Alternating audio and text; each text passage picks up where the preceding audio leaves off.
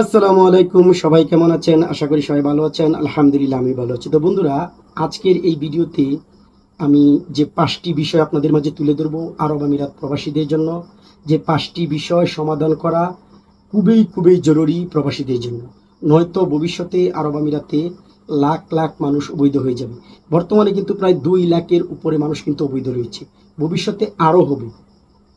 তাছাড়া আরও কিছু সমস্যা আছে যেগুলো সমাধান করা খুবই জরুরি। সেখান থেকে ৪-৫টি সমাধানের কথা এখন আপনাদেরকে বলছি। সর্বপ্রথম যে সমস্যা সমাধান সেটা হলো ভিসা ট্রান্সফার। ভিসা ট্রান্সফার বন্ধ অনেক দিন থেকে।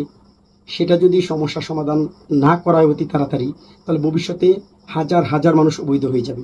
অনেকেই নতুন চাকরি নিতে পারতেছে না, অনেকেই ক্যান্সেল হয়ে বসে আছে, নতুন ভিসা পাচ্ছে না, অবৈধ।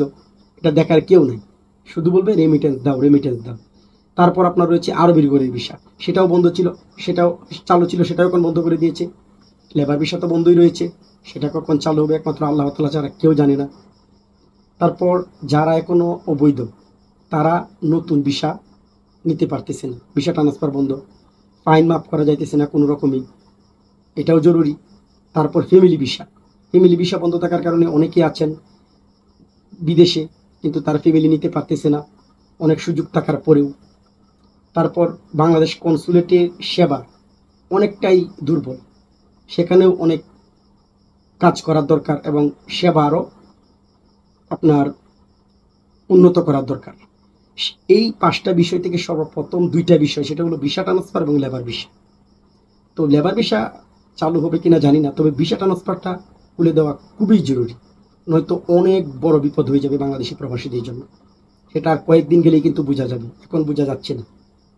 তো বাংলাদেশ সরকারের কাছে অনুরোধ থাকবে এই বিষয়টা সবথেকে বেশি খেয়াল দেওয়ার জন্য। তাছাড়া অন্যান্য যে বিষয়গুলো বললাম, ফ্যামিলি ভিসা যারা অবৈধ আছে তাদের, তারপর বাংলাদেশ কনসুলেট সেবা, আরবের ঘরের ভিসা, সেগুলো জরুরি। তার থেকে বেশি জরুরি ভিসা ট্রান্সফার। ভিডিওটা বেশি বেশি করে শেয়ার করেন যাতে এই বিষয়টা সবার নজরে আসে। আর কি হবে বলেন, ভিডিও তো কম তৈরি হইতেছে না, আমি সহ আর অনেকে ভিডিও তৈরি করতেছি, অনেকেই বলতেছে ফেসবুকে পোস্ট দিয়ে কোনো লাভ হইতেছে না, কিন্তু কোনো কাজের কাজ না। কি আর বলবো বলেন। ভালো থাকবেন সবাই, আল্লাহ হাফেজ।